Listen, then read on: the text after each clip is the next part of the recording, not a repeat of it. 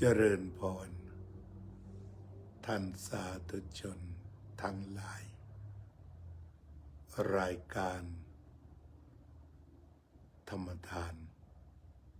จากวัดพุทธปัญญาเมืองโพโมนารัฐแคลิฟอร์เนียประเทศสหรัฐอเมริกามาพบกับท่านผู้ฟังท่านผู้ชมวันที่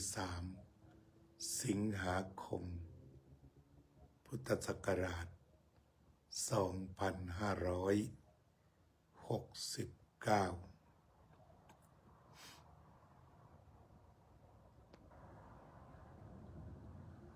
ก็มีคติธรรม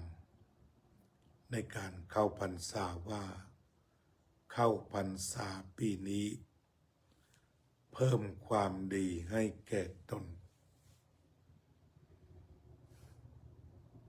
เพิ่มความสุขความรักแก่คนใกล้ชิดในส่วนของการเพิ่มความดีนั้น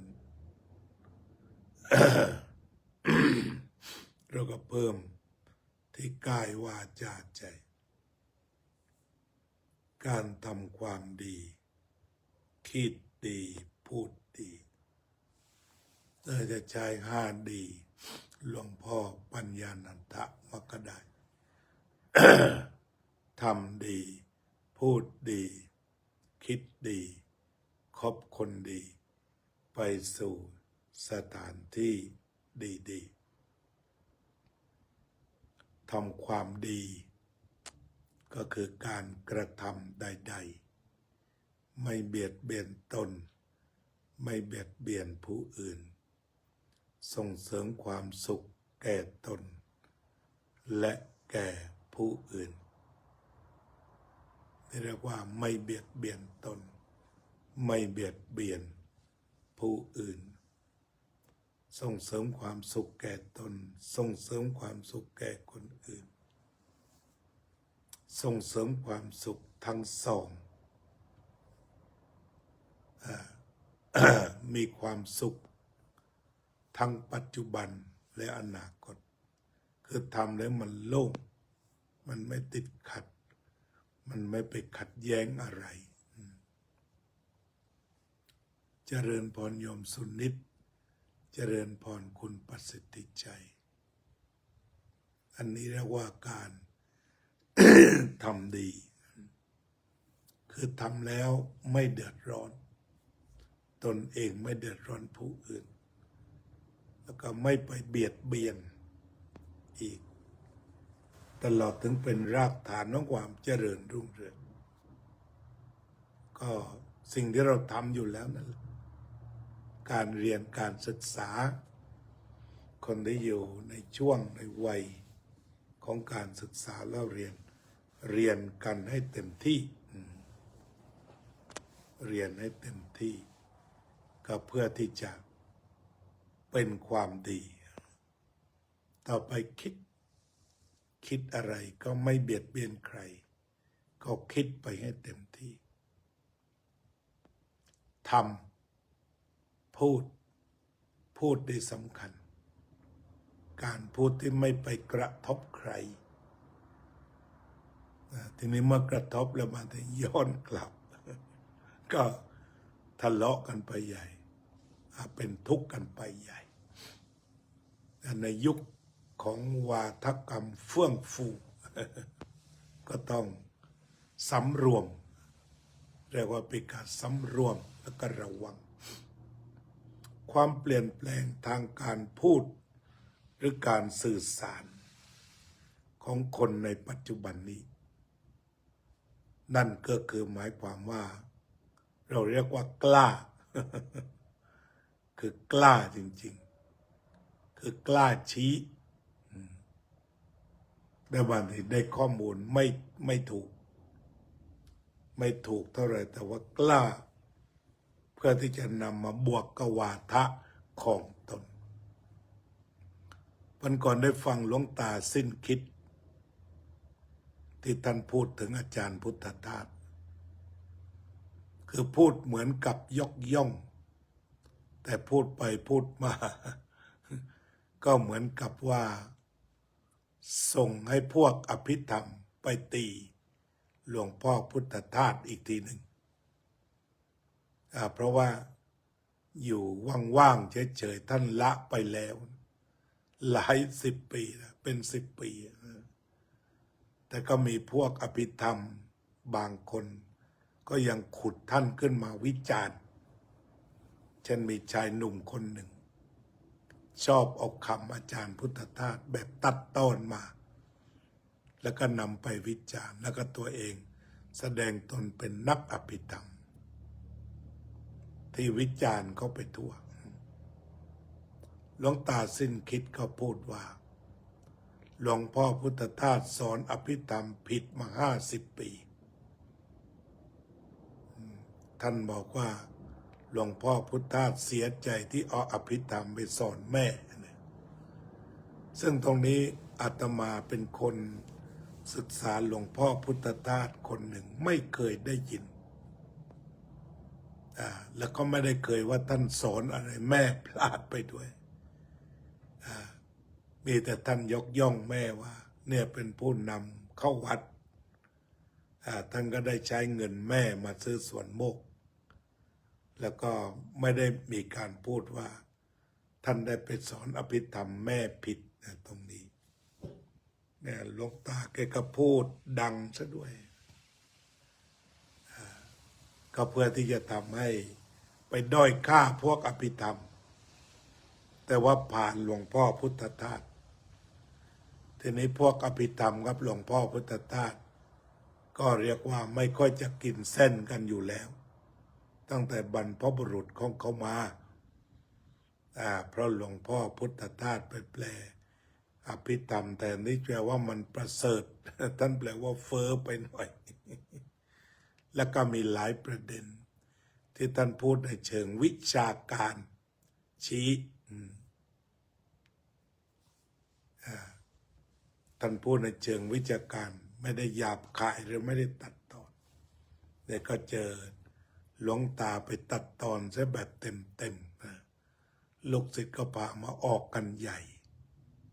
อันนี้คือพูดไม่ดีพูดแล้วไม่เป็นประโยชน์แล้วมันจะกระทบถ้าใครเชื่อก็ยิ่งไปกันใหญ่เพราะหลวงพ่อพุทธทาสไม่เคยสอนอภิธรรมหลวงตาแกบอกหลวงพ่อพุทธทาสรู้สึกผิดที่ไปสอนอภิธรรมแม่เนี่ยไม่ใช่ไม่ได้เคยมีปรากฏเอาเลยอันเนี้ยที่ไปว่าเอาเองคือบางทีมันก็กลายเป็นวจีทุจริตโดยไม่รู้ตัวเมื่อพูดถึงความดีทางวาจาพระพุทธเจ้าสอนไว้รัดกุมไม่พูดเท็จและยังไม่พูดคำหยาบไม่พูดส่อเสียดไม่พูดเพ้อเจ้อจึงดี ถ้าพูดเท็จก็ยังไม่ดีคือไม่เป็นกุศลพูดคำหยาบก็ยังไม่ดีดีก็คือกุศลพูดส่อเสียดก็ยังไม่ดีพูดเพ้อเจ้อก็ยังไม่ดีแต่ถ้าไม่พูดเท็จพูดคำจริงดีฉะนั้นเช่นการอ้างอิงว่าหลวงพ่อพุทธทาสกับอภิธรรมถ้าใครจะพูดได้แต่จะต้องไปอ้างแท็กที่ท่านพูดหรือเอาเสียงมาเอากันชัดๆว่าท่านพูดหรือไม่พูดถ้าไม่เช่นนั้นมันจะกลายเป็นเท็จเช่นการพูดว่าหลวงพ่อพุทธทาสไปสอนอภิธรรมโยมแม่ ก็ถือว่าพูดเท็จแล้วนะเป็นเท็จฉะนั้นการกันเท็จก็คือจะต้องมีหลักฐานที่พระพุทธเจ้าตรัสเรื่องนั้นต้องจริงมีหลักฐานอ้างอิงพูดถูกการถูกเวลาพูดแล้วได้ประโยชน์กับผู้ฟังจึงจะพูดนั่นวันนี้ก็มีคุณน้อยนะพระอาจารย์สาธิตคุณนาฬิกาทรายท่านผอ.ทราย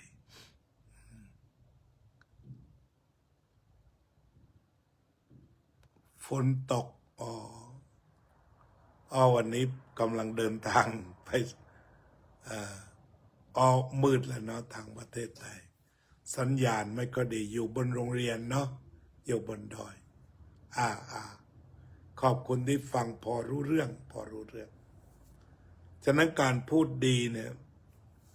นอกจากพูดตรงพูดจริงผู้ฟังก็จะได้ประโยชน์ตอนนี้ก็มีการไปทำลายประโยชน์กันมีอีกคนหนึ่งเป็นผู้ชายที่ว่าชื่อนายอะไรขุดหลวงพ่อฤาษีลิงดำขึ้นมาด้วยตอนนี้ไปพูดเรื่องนิพพานเรื่องอะไรพูดเรื่องสวรรค์ พูดเรื่องสวรรค์พูดเรื่องนิพพานไปวิจารณ์ท่านหนักวิจารณ์หลวงพ่อฤาษีลิงดำหนักเพราะฉะนั้นตรงนี้ก็ในโลกจะต้องอยู่ยังไงกันล่ะอยู่ด้วยสติ อยู่กันด้วยสติจะต้องกรองโดยใช้หลักว่าคำที่พูดมันจริงหรือเปล่าสารที่เขาสื่อจริงหรือเปล่าสื่อมาแล้วเกิดประโยชน์ไหมจริงแล้วก็เกิดประโยชน์หรือเปล่าสร้างความแตกแยกให้กับสังคมหรือเปล่าเพราะนั้นการงัดอาจารย์พุทธทาสมาวิจารณ์การงัดหลวงพ่อ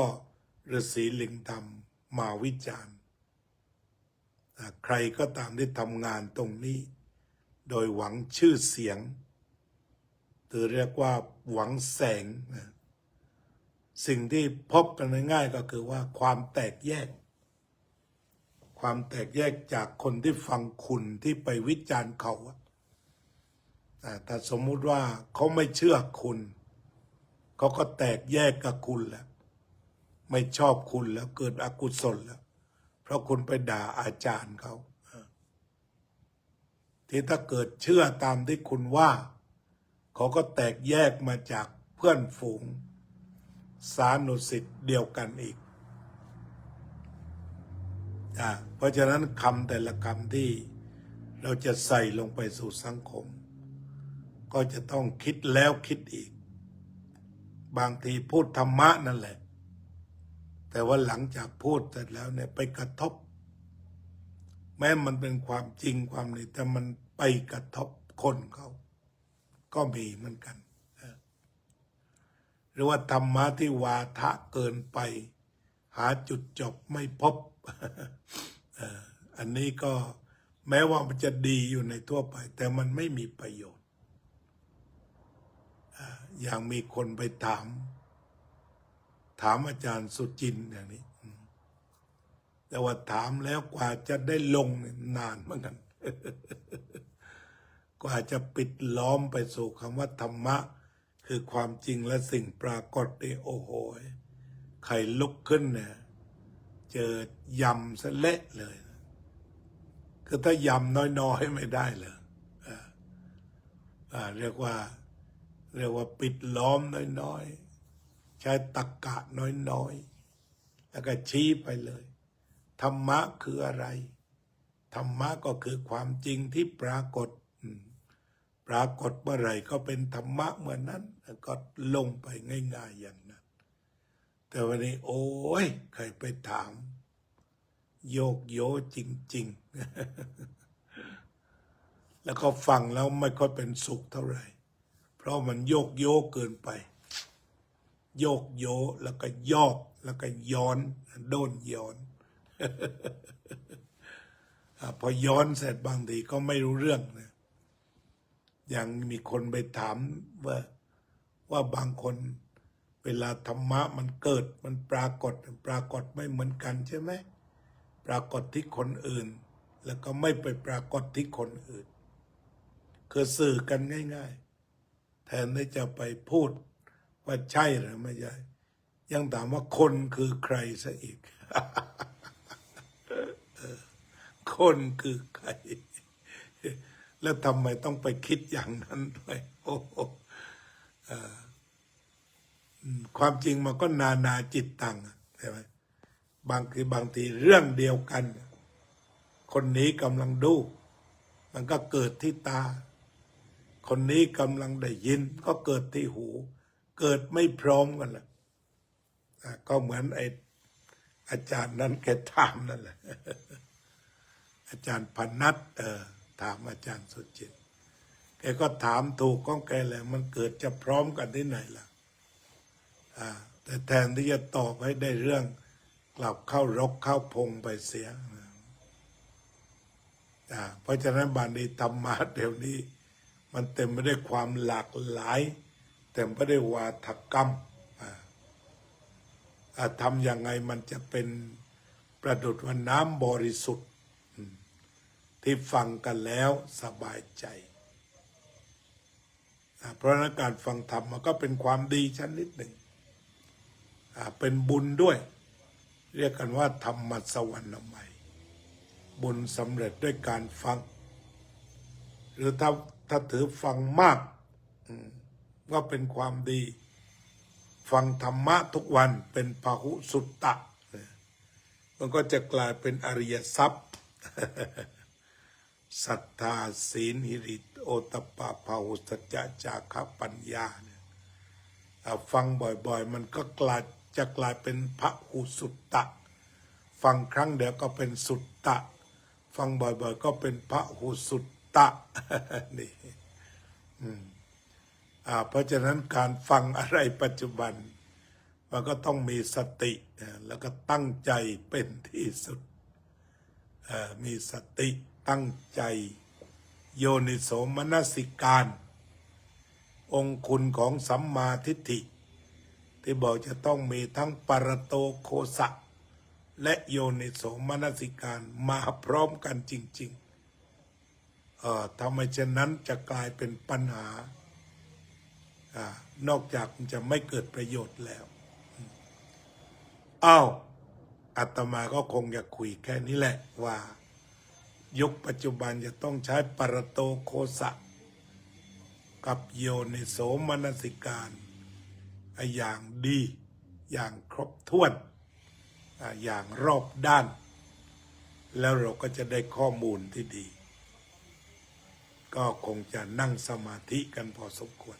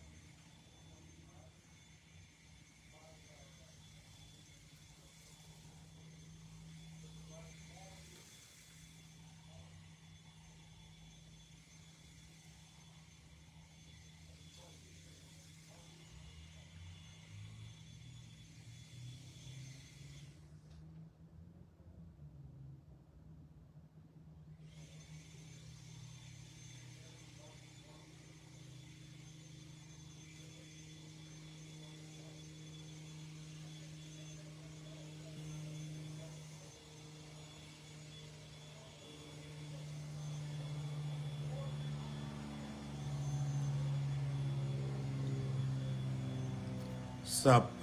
สัตตาสัตว์ทั้งหลายที่เป็นเพื่อนทุกข์เกิดแก่เจ็บตายด้วยกันทั้งหมดทั้งสิ้นอเวราโหนตุจงเป็นสุข